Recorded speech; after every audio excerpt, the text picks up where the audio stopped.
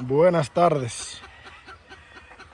Aquí estamos en uno de los hombreros.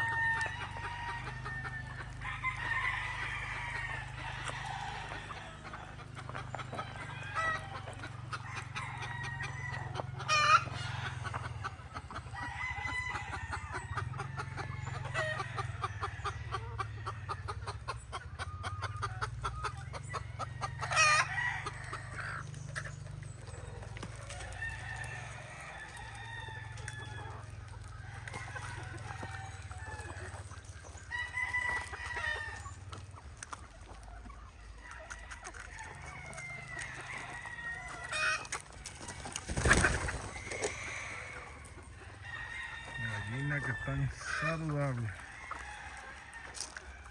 Allá más allá hay otro.